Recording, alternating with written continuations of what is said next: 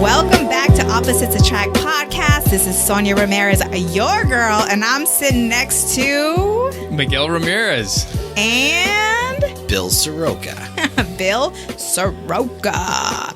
So before we get into I want to start talking our guest, already. Well, when an introvert says that, you sit back and I know, right? right?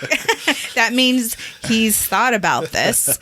And it's sad that we gotta do the stuff that makes the money when we want to jump right in. So before we get started, let's get into our plugs. Well, Bill, you want to share a little bit about Bill? Let's do our plugs first because I have a whole lot about Bill. Wow, it's like our first time. plug away. All right. So for those of you that are listening, this podcast is brought to you by Trust Inc. And Trust Inc. is? We are a nationwide mobile notary agency. We do a lot of work with title companies, law firms, individuals as well. So if you have a document that needs to be notarized, check us out on www.oppositesattractpod.com. Did I get that right? Yeah, but we're doing Trust Inc. right now. So if you want to go to Trust Inc., make sure that you go to Trust. Strike one. Dude, but I got it right. Yeah. No, good job, babe. Good job. Yeah. So I will drink to that. yeah. If you want to go to Trust Inc., you can go to trustinkusa.com. Yes. And like Sonja mentioned, you can go to oppositesattractpod.com. And you can subscribe to the podcast there. And if you go to the Support the Show tab at the top, it'll take you to our Amazon affiliate link. So anything that you purchase on Amazon, it doesn't cost you anymore. If you click through our link, it'll help out the show. And then you also see a tab or a link there for Trust Inc. Yes. And you can subscribe on YouTube, Spotify, any way that you get podcasts. On Facebook, you can see it on Facebook too. But all those links are at oppositesattractpod.com. We are also independent associates with LegalShield. Did I say that right? We are independent associates with LegalShield. All of us. Yeah, all three of us.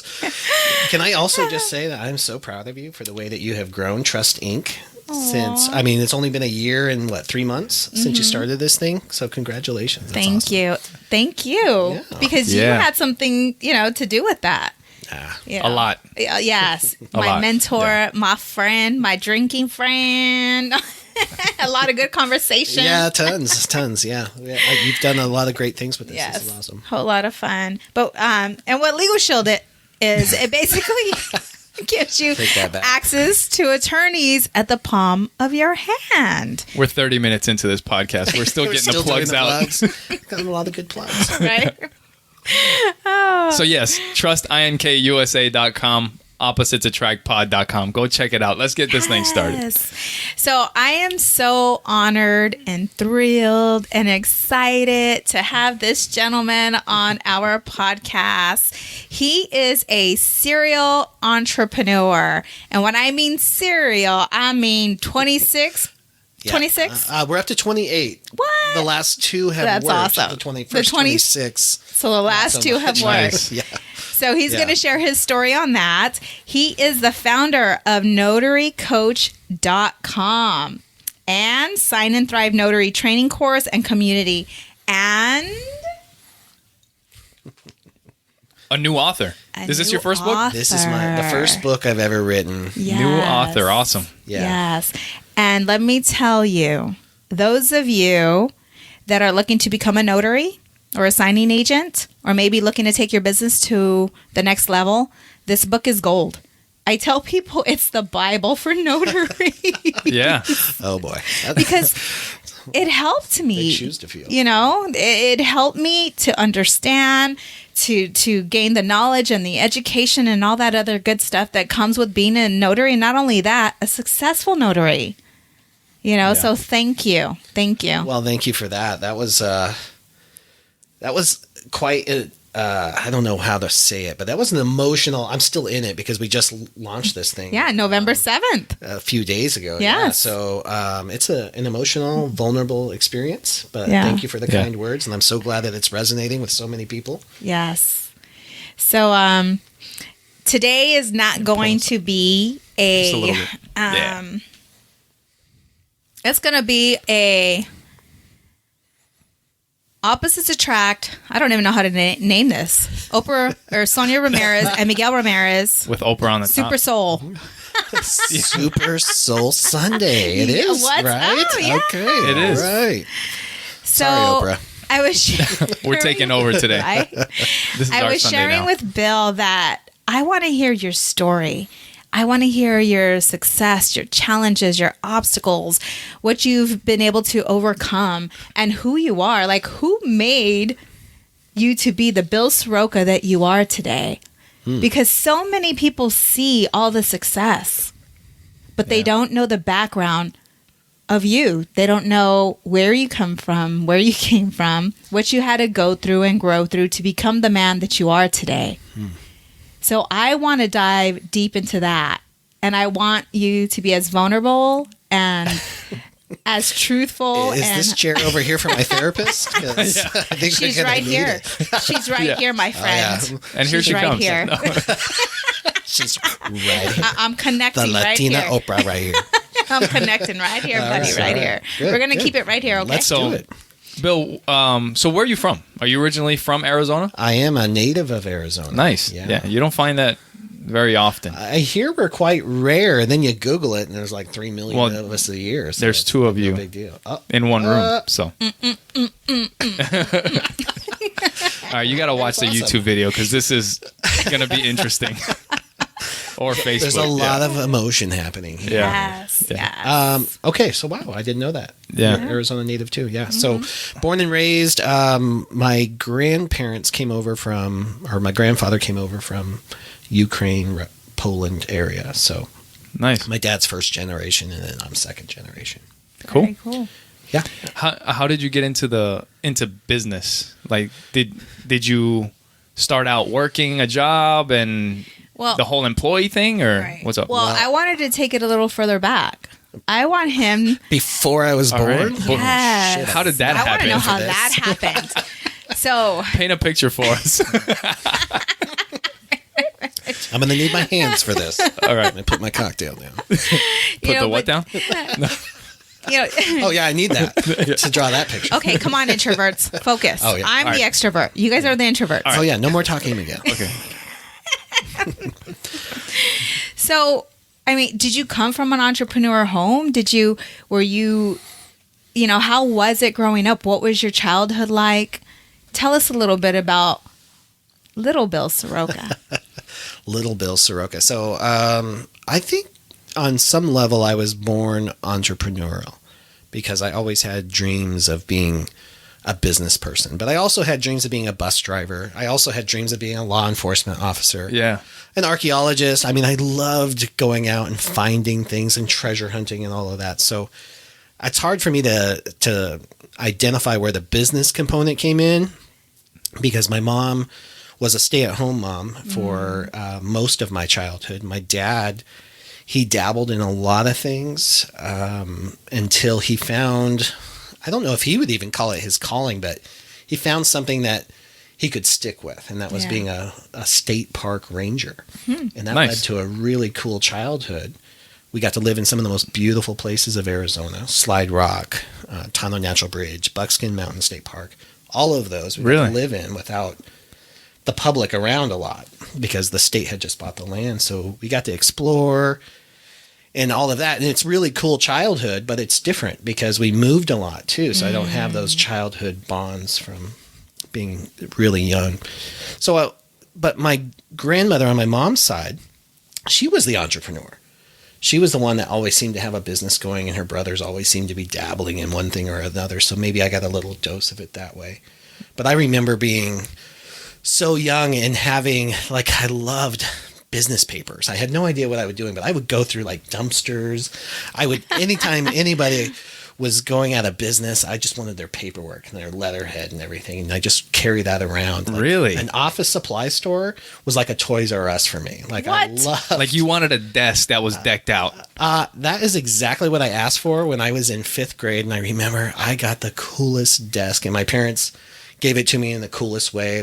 It was so big they couldn't assemble it in the house. So Aw. they had to put a little string, and I opened a box, and I had to follow the string out to the patio. And I had this enormous 1980s desk. Yeah. That's cool. Computer desk. It was enormous. Yeah, but that was the coolest gift for me. You know what? I remember being a kid, and my mom, she used to work for TWA, and I think I remember going to her work, and I think they were setting up her desk. And when you work for a big company, they can give you a catalog of stuff that you can order for your desk.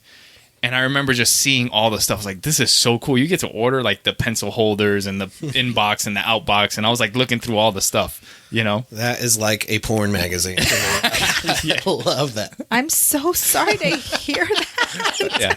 No, And I call you my friend. porn magazines are like porn magazines for me. Bill. Give me a stapler any day of the week. That's the introvert side of Bill coming out. Yeah. Well, it sounds like you had a really good upbringing. I did. We had our own challenges for sure. But all in all, both my parents are very open-minded. And that I'm so grateful for because That's cool. On a spiritual perspective, on a life perspective, they were both very open. They had come from families that were very strict religiously. Yeah. And they each made a commitment to be different. So we got exposed to lots of different religious components. So I got to explore my own spirituality, which I think really helps somebody as they grow. Yeah. Just to be open to possibilities and find what's right for you. Wow. And having my mom around was awesome. We got a really close bond until they divorced when I was 16. So how long were they married before they divorced? Oh, I have no. Well, I was 16, so they were 16. It was 15 and a half years. Okay. You're 16 years, yeah. And how was that? How was that going through that at that age? It was something that I felt was necessary as well. My dad was an alcoholic, so he would get angry when he would drink. So that really was affecting me, and I felt like I kind of caught the brunt of that. I think there was some resentment there towards me. We were just never that close. So I was all for the divorce. I just think it was what needed to be done. And then, but that created a huge lifestyle change for us. There you go. I'm sorry. Get it out, man. I was just doing a little product placement. I think the camera can... Hey. There you go. Just very subtle. Yeah. Yeah, so that was that. That was really rough. After that, my mom had it really hard. She had to work 3 jobs while we went to school. We had to move to a new town. We lived in this junker of a trailer right on the freeway, so it was a total change where we're living in these beautiful homes on this beautiful land that, the state-owned land.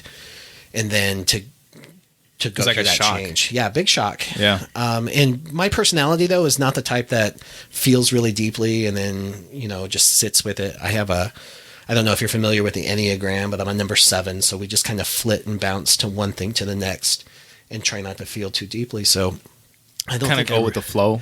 Go with the flow yeah. and just find the silver lining in everything. And that's what we focus on. And everything's in the future. So it's like, oh, this is okay because I'm going to do this tomorrow. This is temporary. Yeah. Yeah. Yeah. And that serves you in a lot of ways, but at the same time, it can catch up to you a little bit too if you don't stop and feel things for a bit. Yeah. So your struggles seem to me like they became your strengths. Well, I think most of them do if you treat them right and you take time to feel them. I didn't learn to feel until I was well into my 20s, and even then I didn't want to deal with it. So it's, I think without struggle, there is no progress. I think everybody dreams of this easy life, but there's no such thing as an easy life. And if you really got down to it, you wouldn't want an easy life. Because the people who live life easily never develop a character that's interesting. If you try to bond with somebody over something that you're going through and they've never experienced that and they can't relate and everything's been super easy and gravy for them, then there's no connection. Right. It's hard to appreciate. It's the pain and the vulnerability that bonds us and brings us together. Yeah. Starting a new business, having somebody die that's close to you, going through a breakup. I mean, think of all the best songs that have ever been written. Yeah. It's not Right. about the ease of life. It's about the challenges of life. Yeah. Yeah, all the artists, they have to go through the worst times of their life, drugs and broken relationships before they can come out with some hits. Exactly. Yeah. And that's what scares me, though, when I think about that, because we're not musical artists, so don't worry about it. I know, but it's like, what do you have to go through? What do you have to grow through in order to become that person? And, I feel like, we've had some struggles. We grew up in very humble beginnings, but personally, I feel like I haven't been through something drastic. Well, actually, my sister passing was, so maybe it's just like I'm like with you. I see the silver lining. I do what I have to do, but it becomes part of. It's just the way you look at it. Well, and what you're comparing it against. So, and I think one thing that I've learned is that comparison really does suck the joy out of life.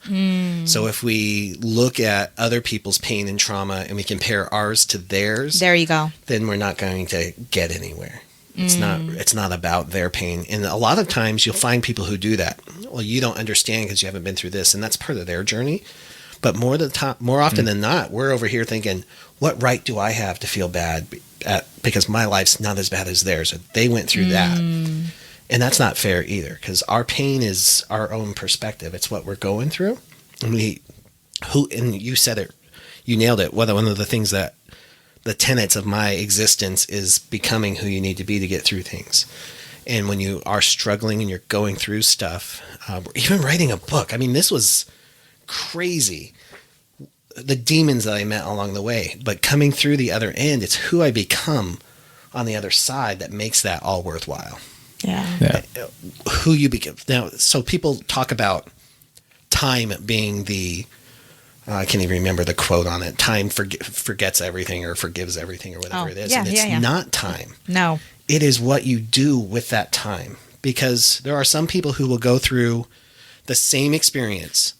And if one person works on themselves and continues to grow and figures things out, they come out on the other side stronger and better. And it's growing through the time. Growing through it. And then another person going through the exact same thing who doesn't work on themselves and becomes the victim and just sits back and why could life do this to me? Yeah. They come out on the other side bitter and resentful. Yeah, and it's even worse. It's way worse, and you attract that. You attract more of that experience. It's becoming that Rocky Balboa. All right. Are you making a sports analogy in my podcast? Strike two. Hey, you just did that. I know, right? Did I? Yeah. So you mentioned that you were 20 years old before you started to express or get into your feelings or what you were. It was my late 20s. Your late 20s. Mm-hmm. And what triggered that? Well, so what happened, I think, is, when you're in your late teens and your early 20s, I mean, life is it's forever, You're going to live forever. Things just tend to work out. Maybe you're young and cute and everything just unfolds. And then if you don't really apply yourself to life and figure things out, it starts to wane, I think, in your late 20s. Like it started to, like, oh shit, I'm almost 30 and I haven't done the things that I said that I would do. And then it festers and I push that down. And it really wasn't until 10 years later, really till I was 37, that I had the real epiphany where it's like I could die right now. Like there are people who don't wake up after they go to sleep at my age. Yeah. And I hadn't done everything that I said I would do. So I'm a bullshitter. I am just talking a big game, going through life, telling everybody all these businesses that I'm going to start. No, and I'm like, seriously. Watch. Just watch. After 26 of them, they're like, oh, God, Bill's starting another business again. Like, what is this all about? And nothing's working. So it's like I have to create something new to get me excited and hopefully get other people excited. I don't know how people stuck around as long as they did, because that gets old and exhausting. But as those businesses I was working on at the time started crumbling away and my relationship dissolved, and I was, I had friends that had invested in this business and I was losing them. And it really hit me. And I actually wanted to die. Like I was actually, without saying I had suicidal thoughts, I was thinking, well, maybe this should just be the end, And when I realized that I could die, just this big ball of potential energy, like I hadn't really hit anything, any goal, hadn't really made any real movement or impact on the world. Instead of going the suicide rate, I went down what am I doing wrong?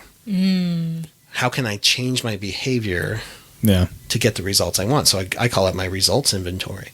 I just sit back and I looked at all my results because I knew I was smart. I knew I could do it. I listened to all the podcasts. I do all the webinars. Listen to the I go books. to the events. And all I that, read tons of books. I had the knowledge, but I was missing a very key component of that, the implementation part. There you go. You said something that it reminded me. I don't know if it's a quote or something. I can't remember where I heard it, but it was like the richest place in the world. The graveyard. Is the graveyard. Mm-hmm. Yeah. Because that's where all the ideas that people have had that they never acted on that just died. That was huge. Yeah. I was like, holy crap. I got to hear that guy and it makes you think of all the stuff that I said, oh, that's a great idea. I'm going to do this. And you never do it. What are we waiting for? Yeah. That is the question. And that was really part of the answer too, is like, what the hell are we waiting for? Why not take action right now? Everybody lives like we've got this next chapter, right? That we can do all the things that we dreamed about, but there is no next chapter. We got to do it now. I think we're here on earth, regardless of your religious beliefs. We're here on earth to make the best of it. Yeah. Yes. And part of that is living into our greatness, whatever that looks like. Do you know Kanye West? He said that when he got into Kanye West is? I'm sure you guys know. I'm sure you've heard of him at least. But no, he said he got into this huge car accident that almost killed him. And he's got a song about it called Through the Wire. But after the car accident, he said that he looked back in his computer. Like, he's a producer. He makes beats for all kinds of rappers and artists. But he went through his computer and he saw that he had so many beats that they were started. And none of them were finished. And he had like hundreds probably. And he was like, I could have died and none of this was done. And from then on, he was like, if I start something, I'm going to finish it. Powerful.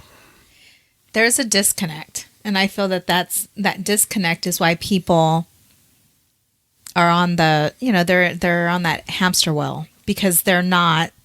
And I think it's just getting to know yourself, being honest, true reflection, looking in the mirror and being so honest with yourself and realizing what joy means. What is happiness? What does that mean? Where does your joy come from? And most people think that it's something that's outside when it's what's living within. But if they don't tap into that, they stay lost. And I feel that this earth is heaven and hell. There's a little bit of heaven in everything. Yeah. It's what you create for yourself. Yeah. And most of us are creating hell. Yeah. Through our own thoughts. I totally get that. And I agree with what you're saying there, because a lot of people think that the goal is the achievement of the goal. And what they forget is that it's who you become on the other side. That is really what you're aiming for. And that develops this level of confidence that translates into joy like you would never believe. Knowing that you are serving a higher good. So the goal, you can have goals that are material in nature, but who you become and who you serve by attaining that, or once you have it or whatever it is really where the power lies in the goal. Yes. So like that, people think that when you get to that goal, that's it. And really, for successful people, there is no end. That's such a good point, right? Yeah, because and one thing that I've heard is like the reason that you don't have what you want is because if you ask somebody, if you got to that place where you made this much money, what would you do? They're like, nothing. I'm fucking chilling.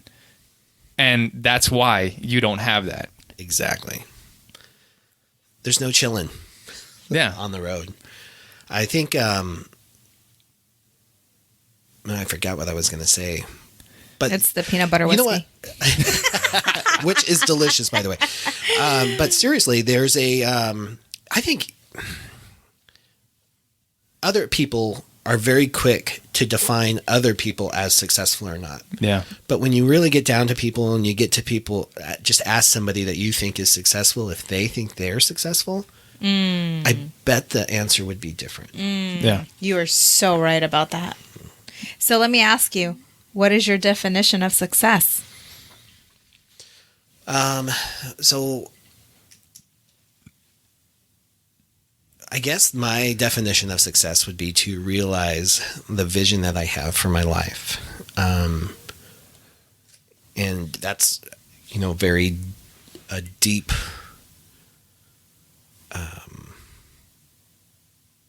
commitment that, every day I review what my vision for my life is. But to give you just a quick synopsis, I just want to be a beacon of love and light in this world. And I want to live life having made a difference and live with peace of mind. Do you see why I love this man? Yeah. So I don't put myself at that level yet. I know there's always more work to do, but I know I'm on the right path. Like every day I get signals or messages that you're on the right path, and that's where the power comes. Yep. And a lot of that is just what we're talking about here is, following through on what you said. Integrity means so much, and everybody thinks integrity is about other people, but integrity, while that's important, is more about the promises you keep to yourself. Because when you keep a promise to yourself, it changes how you express energy out, and it just it draws the people and the opportunities that you need to get things done and to live big. Yeah. No, integrity Hey, you got my signal, right? I don't know how to interpret it. Your husband's sitting right there. My husband's been married to me for 11 years. Oh, yeah. I am not surprised by anything anymore. Did you just come on to me? What just happened here? Oh, man. You were getting further and further away from your Bill's mic. turning red. I don't know if you guys can see this on the camera. All I did was signal for him to put the mic in his mouth. It's totally normal. Happens every day. He just had a flashback. So, oh, man. Okay, focus. Okay, So, shiny. As far as business, so when you were a kid, I'm guessing you've worked a regular job. Work for somebody. What was your first job? Oh man, my very first job was working. Was that bad? Yeah. Sorry, you're bringing up trauma. Now I need my therapist. I consider myself unemployable right now. So that's great. So you're making me go way back. So I think I was in third grade maybe. And I worked. We lived at Slide Rock State Park, and there was a little gift stand there, and the guy who owned it, before the state took it over, he hired me, and I swept floors and stocked. You were in second grade. That's crazy. So you were like 8, 9, something like that. 7, 8. Yeah, gosh, I guess so. That wasn't illegal back then? That doesn't happen now. My day, we could work 40 hours a week. I'm telling, like, that doesn't happen now. Like, No, we've talked not at about all. this before. Yeah. Like, when I grew up in New York, I would go with my grandmother when I was 12 years old and clean office buildings. Yeah. But I don't think that happens today. No? I don't Maybe know. That's what's wrong. I think so. Right. These kids, you guys need to get to work. Yeah. My son called me a monster this morning. Why? Because, trying to keep them straight. And making with them their take out the trash. And, that's responsibility, Yeah. Anyways, that's So- a whole nother podcast. Yeah. What was your first business? Okay. So my first business was in junior high, and I guess I should preface this. It was a different world then. So we lived in the middle of nowhere. The school that I attended was like 300 kids. So my parents would always take us to the swap meet, and it was like an hour drive away, right? We had to drive all the way to Camp Verde to go to the swap meet on Sundays. So I would buy Rambo knives and pellet guns for $20 a piece, and then I would sell them to kids at school for $40. Wow. Nice. 40 bucks back Oh, yeah. then. I thought that was a really That's- good deal even then. I mean, I was like, Yeah. I thought I was getting a bargain at $20, so I took advantage Were they real of that. Rambo knives? Well, real. Real. You know, the ones with the compass on the bottom. Oh, yeah, I remember those. Unscrew them and put stuff inside. But it was a survival knife. Knives. Yeah, yeah.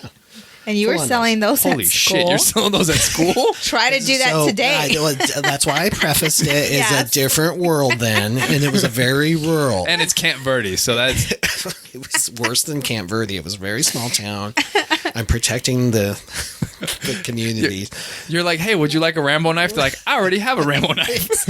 It was like that though. So everybody had guns. It was very rural, right? So pellet guns. All the kids used to have pellet gun wars. Yeah. You know, we'd be out in the forest and we'd shoot each other, and then you get hit and you dig it out with a knife. I mean, that was just the world that we lived Yeah. in.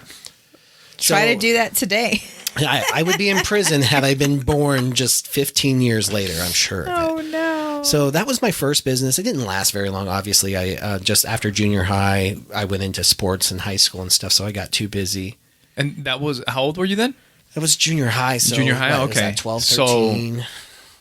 And then I'm guessing, like, from then on, or even probably before then, you've always kind of had a little bit of a Oh, yeah. entrepreneurial. Yeah. So when I was 17, 18, you know, I started getting into, you know, I had a personality that attracted MLM. Yeah. So whether I was working as a bag boy at a grocery store or I was a manager of a restaurant, I started getting into either the phone card MLM, Okay. the Primerica, the another phone service, like all of those. Like I was like, that was the one that was going to be the one that took me Yeah. away from That all was this, it. right? That was going to be the one. But I was experiencing the same cycle. You know, it's like Einstein, was it Einstein? Somebody said, doing the same thing over and over again, expecting a different result was Yeah. crazy. And that's how I spent the first half of my Insanity. life. Yeah, Yep. it's total insanity. So, but then I started getting into bigger and bigger businesses, taking bigger and bigger risks, and had some mild success. You know, Yeah. things were starting to work for a little while, and then something shiny would come along, and I'd be like, oh, I'm going to be a serial entrepreneur, so I'm going to have 10 of these, and they're all going to work. Yeah. It's going to be easy. Right. And if you're a billionaire and you can afford to apply all your resources to those different ones, maybe you can make that happen. But I was about as far from a billionaire as you could get. I was a broke college student. So those just didn't tend to work out. And I didn't have the discipline to put into them either. Yeah. How interesting. 26. Like, I can't phantom. Like, what made you not, like, throw in the towel? Because I know you stuck in for quite some time. What made you continue to keep moving forward, keep trying new things, keep doing new things? What kept you moving forward and not just go get a JOB? Well, I had a dream. Uh-oh. Here we go. And he Let's is do it. quoting. It's You guys didn't know that serious. was coming, did you? Out of nowhere. No, but I really did. You know, I had a dream and a vision for what I wanted my life to look like, and it did not involve working for somebody else. Yeah. One thing that I have like zero tolerance for is illogical bullshit. And when you work for somebody else, a lot of times it's a bunch of illogical bullshit. They make you just do things for the sake of doing things, and that drives me nuts. Yeah. And the other thing that really, really bugs me is to have a consistent paycheck. And I know that some people just love the idea of a consistent paycheck. They just Right. love to know what they're getting paid. But when I thought it does not matter how well I perform or what I do above and beyond, I'm always going to get paid the same, that actually depressed me. There's a ceiling. Huge ceiling. Yeah. And it didn't matter. And you just feel like another cog in the wheel. And that's like, for my personality, it was like the worst feeling. Yeah. You know, I wanted to do something special. You know, I want to feel special. I want to feel like I'm contributing. So I would go back every time I would have a business venture. And looking back, you see this. Like when you're in the moment, you don't see it. But I could see that I was going back to safety. Every time I would try to go get start the venture, and I'm like, oh, I'm going to get a job. And then I'd paint it to be this amazing opportunity. Oh, I'm going to be the salesperson for this, or I'm going to be the sales manager here, and it's going to be great, and I'm going to be in a call center, and I'm going to be able to manage people and it's all bullshit. It was just me running back to safety. Back to comfort. When you make decisions based in fear and insecurity, it's never going to work out. Right. So that never did. I would get in there and I would be so excited to start, and I'm like, oh, thank God I have insurance, you know. Like, And then I he can go lasted get that a week. medical checkup, right? He lasted a week. If a week, I'm like, oh my God, I have made a terrible decision. It's like that scene from Peace out. Half Baked. He's like, fuck you, fuck you, fuck Exactly. you. You're cool, fuck you, I'm out. That is the story of my life. So, you know, we talk about the 26 business failures, but I have not talked about how many jobs I have left. So I'm sure there's a bunch of those too, you know, probably twice as many. Yeah. And I try to do it gracefully. And I've also been fired from jobs too. You know, there's just some people that don't fit into the employment model. Right. Yeah. And I am one of those. You know So- what's funny? For people out there, one thing that you have to YouTube is the way people quit their jobs. There are some hilarious videos on YouTube. There's one guy, he gets like a marching band and he hides them around the corner, and his boss is an asshole. And he gives him a resignation letter. He's like, you're an asshole. Here you go. I quit. And he's like, hit it. And they just bam, bam. And they start freaking banging cymbals. And he just walks the fuck out. That's So kinda fun. funny. So out of all these 26 businesses, everyone that you mentioned failed. The way I look at it, these businesses have made you who you are today. Yeah. They gave you the experience. They gave you the mindset, the alligator skin, you know, to when it comes to rejection. Just moisturized. What are you talking about? Yeah, you make a great point. Yeah. You know, so tell us a little bit about that, because I see it. I mean, without these businesses that, you know, you've failed, or, you know, all the lessons that you've learned made you who you are today. So talk to us a little bit about that. Yeah. So, well, the first thing I think, and I don't know where it comes from, but we have to take the stigma off of failure. Yeah. Wins come from failure after failure Yes. after failure after failure. And people in sports know this. Yeah. They try, fail, try, fail, try, fail, try, fail. And it happens in business too. We only get to see the successes sometimes because that's all because the nobody's news paying covers. attention. Yeah, nobody ever talks about the failures. Right. But I think that's changing. I've noticed now we got some podcasts, we got some books. We're talking about failing. John C. Maxwell has Fail Failing Faster, Forward. Fail Forward. Mm-hmm. Yeah. Yeah. Great book. There's a lot of power in failure. So a lot of times people think that when I say I failed 26 times that I'm threw in the towel, or that's some sort of negative. And really it was for a long time. I carried that shame with me, and I didn't want to talk about it. And part of my results inventory and kind of figuring shit out this late in life was knowing that I was carrying that baggage with me, and that I would be terrified and ashamed if somebody found out. So like, how do you build a successful business, but you've got all these other businesses behind you that failed? And as I explored and researched that, I was like, the reason that you have a successful business is because you failed that many times. And that's where the real power is. So my theme word for 2019, and it looks like it's going to run into 2020, is culmination. And the culmination, all of these experiences. Give me that definition.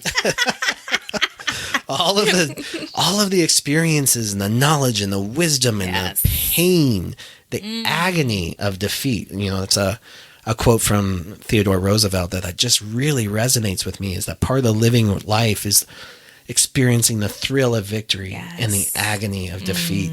Yeah. And that all of those culminate to help you become who you are in this moment. I never would have, number one, seen the opportunity. And really, I had friends beating it into my head like, hey, this business has been good to you. Look, focus on this, focus on this, focus. My head was in the clouds. I didn't even realize it. So I'm so thankful that they brought it to my attention. But to turn that to, I mean, you can almost track the lessons that I learned in each of these individual businesses, the business partners that failed, the terrible decisions I made, the naps that I took or the drinking I did when I should have been working, like all of those lessons have literally created the business that I have today. And I'm so grateful for it. One thing that you mentioned, when people look at you, they look at the businesses that you've had. I think for anybody that starts a business, one of the things that I guess they kind of feel ashamed because when it doesn't work out, people look at you like, hey, you're the guy that did that thing. And you're like, oh, fuck. Like, I don't do that. Yeah. Like, that doesn't. How do you get over that? That's really tough because number one, just to have the courage to start a business is a big deal because you are likely surrounded by people who tell you it's a terrible idea. Right. Nobody else gets it. Everybody's projecting their own fears onto your life and experience. So the fact that you break through that barrier and you get out there and you're doing it and you think you're doing it all right, and maybe you are, but it doesn't work out. Then they're all back there. And you imagine them pointing their finger at you, saying, I told you so. I told you it wasn't going to work. And sometimes people literally say it, and other times we're just perceiving that they did. Yeah. And that sucks. There's no other way to put it. It just sucks. Yeah. But the way I got through it was to, like, probably in an over the top, maybe even unhealthy way, I held on to my vision. The vision of what I wanted my life to look like. And I mean, I had that thing lassoed, like picture lassoing the moon. I mean, I was like, you're not dragging me down. I got people pulling me down all the time.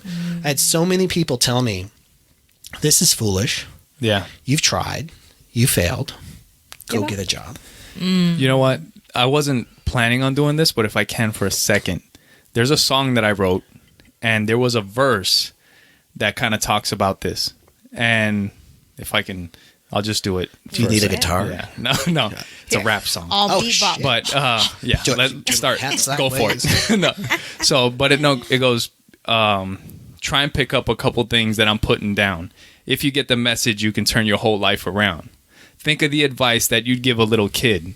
If he had a dream, would you tell him not to go for it? Would you tell him that you're not big enough, fast enough, strong enough, smart enough?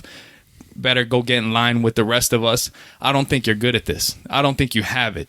I don't think you can make it, even if you practice. This is the advice that you wouldn't give a little kid. Think of the advice that you give a little kid. If you had a dream, would you tell him not to go for it? So you would never say that to a kid. Right. So you shouldn't say it to yourself say that either. To adults. I messed that up, but I'll post that song somewhere. Yeah, that's powerful. You didn't know he used to rap, huh? He used to write his own lyrics, everything. Yeah. And you're just in here saying you're not a musician. Yeah. I hear him sing when I make him sing. No. Yeah, that's really good. That's really powerful. And that brings up two things for me. Yeah. Number one is, if you wouldn't say it to a kid, don't say it to yourself. What we tell ourselves is the most powerful voice in our lives. Yeah. And we are so mean and cruel to ourselves. Yes. Yeah. I am my biggest critic. There is nothing anybody in this world could ever say that could hurt me worse than I say myself. And I have to work on that every single day. The key is working on it every single day. Every single day. You've got to have affirmation. I used to think affirmations were so stupid and cheesy, but they are the most powerful thing that you can do for yourself. Yeah. Is to tell yourself that you can do something. You have to breach that wall, because that's the only way you're going to stop letting other people's opinions decide what your life is going to look like. That's right. Yeah. So you are a huge guru when it comes to personal development. Oh, I am not your guru. Shout out to Tony Robbins. Yeah, look that up. So, if there is one book that changed your life, he has many books, but there's Sign and Thrive one book by Bill Soroka. This is it. What book would you say helped you take your life to the next level? Whether it was just figuring out who you are, or, what would you say that book is? Well, there's one that stands out. That's just the clear winner in that category. And then there's some subcategories too. Maybe we'll have a chance to talk about that. But if I just had to lay it out, it is The Miracle Morning by Hal Elrod. Yeah.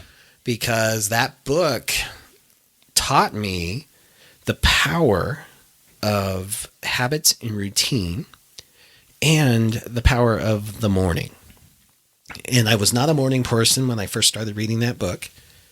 And I was very resistant. Number one, I hate habits and routines. Like that was what I thought that's what boring people did. Yeah.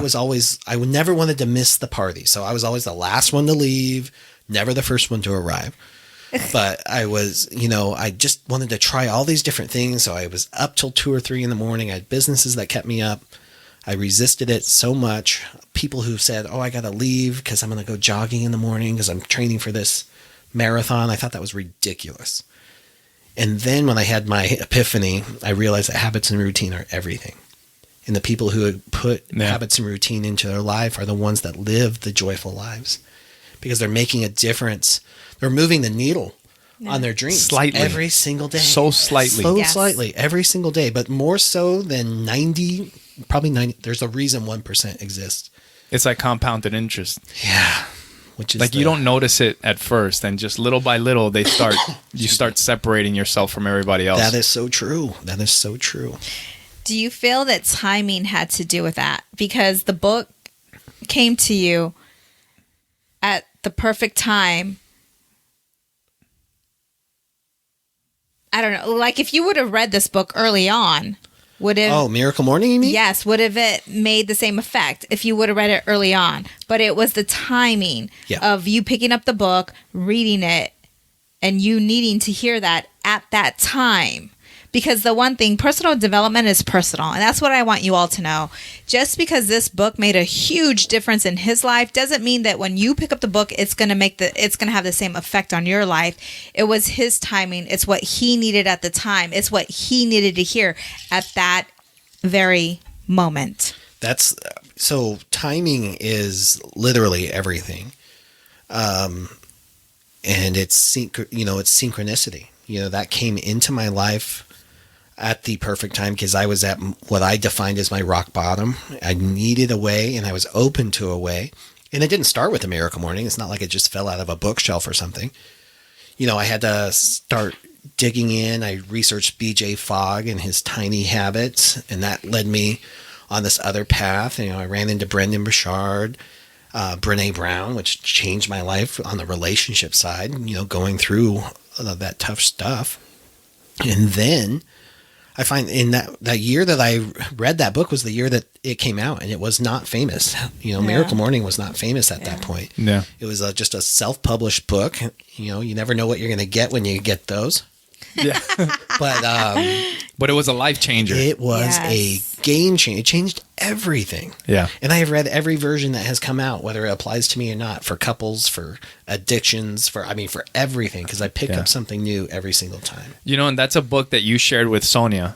And then we talked about it on one of our first podcasts. We were talking about this earlier before the podcast started. By the way, we should have been recording way before this podcast started. Right. So, but I had mentioned to Bill that one of my friends from work, he started listening to our podcast recently, and he mentioned the Miracle Morning, and he said that it's helped, that he's going to start doing that. He's going to give it a shot. Mm-hmm. And, it's something that's helped you, and you passed it on to Sonia, and now it's, helping other people as well. So that's pretty cool to see.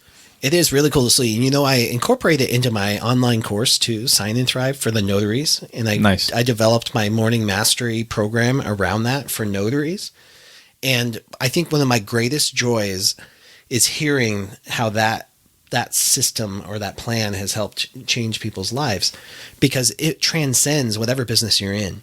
Yes. And that's one thing we have to realize is, number one, we have to let go of the outcomes. We have to realize that the goal is not the reason that we have the goal. It's who we become on the other side. Yes. Some of these things are going to work out. Some of them are not. So that's an impermanence of all things. Yeah. When we embrace that and we understand that, then all these lessons and these habits and these routines that help us grow to be better will transcend, and they will help us build resilience. Yes. So we can if this business fails, if my business fails tomorrow, that'll be kicked in the balls right there. That's going to hurt. Kicked in the balls. Kicked in the balls. Life kicks you in the balls all the time. Hashtag kicked in the balls. But guess what? I'm resilient. Yes. I've been working on myself. I've been kicked in the balls before. Yeah, many times. But I can pick myself up. I now have the confidence that no matter what happens, I can recreate something. That's right. And that's why I've kind of changed from founder to creator. That's awesome. Because I can create anything new. Whatever life throws at me, now I know I can handle it. Yeah. You have to emotionally detach from the outcome. Yeah. Emotionally detach and know that you're going to be okay no matter what. No matter what. You're going to be okay. Have faith in yourself to figure some shit out. Yeah. Yeah. One thing that I wanted to ask you, because with the signing business, I wanted to see what your thought process was, because Sonja was looking into, like, with LegalShield, the notary business just kind of made sense. Yeah. Right. And, we have wills and we do certain things where, we're sending people somewhere else, and we were thinking, well, why not offer the services? And then so she starts researching notaries, and she finds you on YouTube. And by the way, if you're looking at extra ways to make money, definitely check Bill out, because he's got an incredible channel, and he's an awesome resource for that sort of thing for the notaries. But when she started looking into it, she finds you, and eventually I'm sure you notice, like, a lot of times somebody, like we said, somebody says they're going to do something, and a lot of these businesses, it depends on what you put into it. Like, okay, you go get certified, but then you just don't have the hustle to get out there and actually, do the work. Right. But she's a little bit different, where she's like, okay, I'm going to hustle and I'm going to do the work, but I think I'm going to start building my own thing too. Yeah. And at that point, she is going to be pretty much direct competition to your business. Is that right? It depends on your perspective, but I see where you're going. So what was your thought process? Because now she's building a signing agency, and what did you think? Well, number one, I think Sonja was an anomaly for sure. The way that you jumped in. Don't make me cry. I can't even spell anomaly, so don't cry. So, so most people are thinking, how can I become a mobile notary and loan signing agent and grow this business? And Sonja looked at it as, how can I start a signing business that leverages my time and resources and grow a business? That's how you pretty much just jumped in and started it. So that was refreshing to me too. I like a challenged mind, and I coach a lot of people on the other version of just growing their own solopreneur type business. So this was fresh and new for me. When it comes to considering it competition, I just don't. Number one, I always have that higher vision. Remember, I've got the moon roped, so I know what my vision is. And my vision is to be a beacon of love and light, and to help inspire people off the couch to live the life of their dreams. So if her dream is to grow a signing agency, then that's exactly what I'm going to do to help her.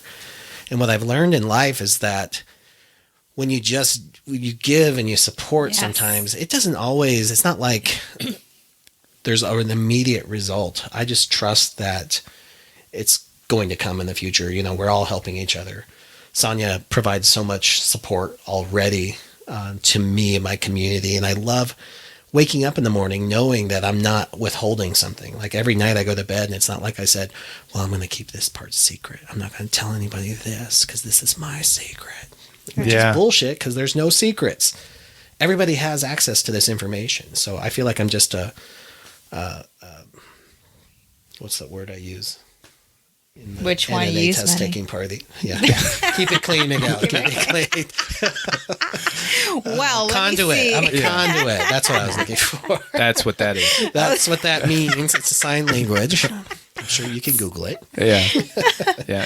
That is awesome. That's one thing, listening to podcasts, that I've heard, like, where you have people that record podcasts, and they'll have people from other podcasts on their podcast. Yeah. And then they promote their podcast on other people's podcast. And it's like, there's a big enough pie for everybody. Yeah. That's everybody can have. So, and just like you're saying, like, if you're thinking about the big picture, this is one thing that you have going on. Like, and that's not even going to be the main thing, maybe. Right. You know, like the main thing is so much bigger and it encompasses everything. Yeah. That's a really good point, because even though I love what I do, I love where I've gone, you know, this mobile notary and loan signing business has been an amazing vehicle of personal growth for me. And that's why I consider my course in the book a course on personal development that just happens to use the mobile notary business. Yeah. But am I going to die as the notary guy? Right. I don't think so. I probably not. I think when I think about it, I really think I'm growing. I'm culminating into something else. I'm becoming what I need to become. I'm learning how to speak on stages, how to write books, how to create courses, how to be on live video, how to coach people. Yes. So I think that's growing into something else. And I don't know exactly what that's going to be, but it's something. Yeah.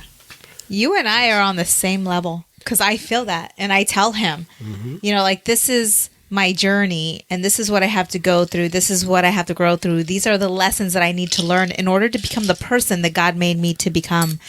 And on the way, I'm here to serve the many, to help other people to find just joy, peace, and happiness, and whatever that may be, and whatever they're doing. Yeah. You know, and I'm so thankful and humbled to have you here with me, because you've been a huge impact on my life. Just drinking your wine. And not just my life, but my family's life. Oh, well, thank you know? And so it's just been so great having you here and listening to your story and where you come from, because so many people see the light, you know, like they see the success, but they don't see the challenges and the things that you've gone through and the things that you've overcome to get to where you are today. And I want people to know that success doesn't come easy, and success for everybody is different. It doesn't mean having the shiny, you know, objects, the best car, the best house. I don't believe that that's what brings you joy in life. It's serving. Who are you helping? Who are you making a difference with? Who are you becoming? And who else are you going to help reach that? That's such a huge part. That service component is huge. And it's real easy to say, because I think we all want to be good people and we all want to help people. But when it comes down to putting that into action, that is a little harder than sometimes you can think it can be. So finding a way to let go of the ego and to let go of your own fears, because we tend to think there's not enough. We have that lack mentality. It's like, oh, there isn't enough. And I go through that. It's like, well, what if they read my book and they don't need my course anymore? Or what if I drive 100 miles and they don't end up paying me, or whatever it might be. And when you let go of all that, it just feels so much better. Yeah. And you just do it because it's the right thing to do, or you do it because it's helping somebody. Then your peace of mind used to rank pretty high for me, like probably 4 or 5, but it is now number 1. Peace of mind is why I am existing. Like, that's why I have the goals that I have, because I want that peace of mind. I want to go to sleep at night knowing that I made a difference, that I've helped people, and that I'm taking care of my family, and that I'm leaving a legacy, making an impact, all of that. Yeah. So how important do you feel that investing in yourself is? Well, it's the only thing you should invest in. And give some examples of how people could start investing in themselves without having to pay hundreds and thousands of dollars to go to events. Read a book. That's the cheapest thing that you can do. And I'm so sick of hearing, I don't read books. There's no excuses. There is no. This is where I can drop the F-bomb, right? Yeah, right now. No fucking excuse not to read a book. There you go. If I am so sick of hearing, oh, I don't like to read books, or reading books makes me sick. Listen to it then. It counts. Exactly. There's no reason not to listen to the book. And you have lifetimes of experiences and perspective and training at your fingertips. Yeah. Put down the fiction books. Read those for pleasure at night. Pick up a nonfiction book that helps you live the life you deserve to live. You deserve it. Yeah. Honor yourself. Nobody's going to save us. Nobody's sweeping down here and saying, oh, you have worked too long at $30,000 a year. I'm just going to give you $1 million for no reason at all. Yeah. It doesn't work that way. You have to make your dreams come true. And the way to do that is to learn. Forever be the student. You have to start. So start with a book. That is the best way, I think, that you can do it. And then, of course, don't forget podcasts. Apparently, podcasts are really good, too. Yeah. Yeah, there's a lot of great podcasts out there. But if you want to go get a great book, The Sign and Thrive, where can, you can go to Bill's website. Also, we are going to put a link to the book in the description of wherever you're watching this, if you're watching this. And I'll see if I can add it to the actual podcast. If you download it, we'll have a link to the Bill's Sign and Thrive book. So that we'll put it on there. You can purchase it. And let me just say this too. Yeah. No matter what, if you're listening to this, the best way that you can make a difference for these guys who bring such value to you as you're listening to a podcast is to buy something from their Amazon link, whether you're going to read it or use it or not. That's how artists survive. They put out amazing content to entertain, to educate, whatever it might be. And if you want to support causes like this that make a difference, then you don't have to buy my book. I mean, it's great if you do, but you don't have to. Buy something else that's on their affiliate link, because that's how these things keep going. That's how they gain momentum. And whether you have a friend that's an artist, it's not a matter of whether you'll hang it on your wall or not. It's a matter of you showing support to them. Yeah. That's what makes a difference. Tuck it in the closet if you want. Give it away as a gift. Pull it out when they show up. Pull it. Well, be careful what you say. All right. The art. That's what I call it. What kind of party is that? Yeah, it's very artistic. But do that. Support your local friends and your artists that are out there. They're putting themselves out there, guys. That's so vulnerable. And I have a whole new respect for the vulnerability that comes with that level of art. So, and we all can support our friends and local artists that way. Yeah, so we'll definitely make sure that we put a link to the book in the description of this video and the podcast. If anybody wants to get a hold of you, where can they find you? What's your contact? Well, you can give them your... I'm just kidding.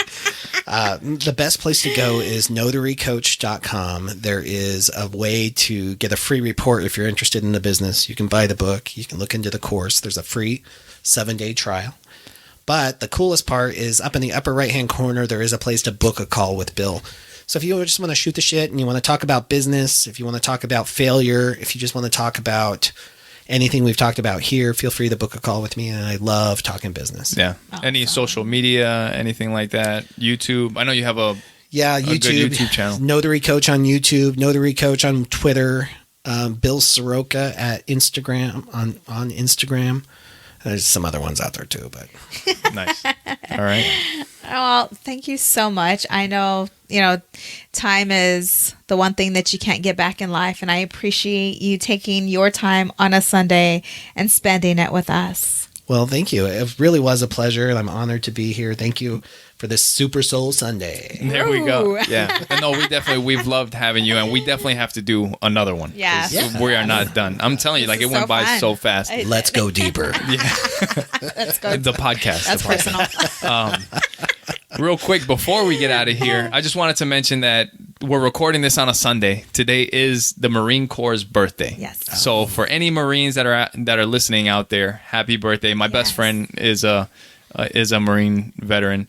And tomorrow is Veterans Day. Yes. So thank you for all the veterans that are out there that your service. Have sacrificed to give us what we have here today. Because if it wasn't for that, who knows where we would be? I mean, and our Thanksgiving giveaway. Yes, that is another thing. We on our last podcast we mentioned that we would like to give Thanksgiving dinner to a family.